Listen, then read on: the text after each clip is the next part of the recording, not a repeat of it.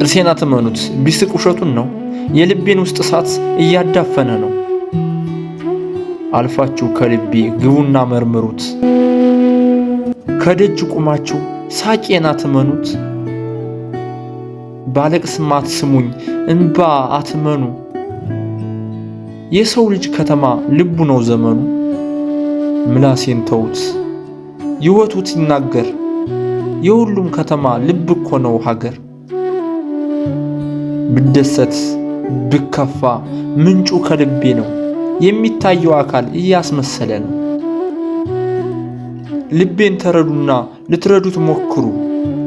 ከውስጥ ይነሳል ሰው የመሆን ክብሩ። ይስቃል አትበሉ ጥርስማ ያገጣል። አዘነም አትበሉ ፊት ድንገት ይጠቁራል።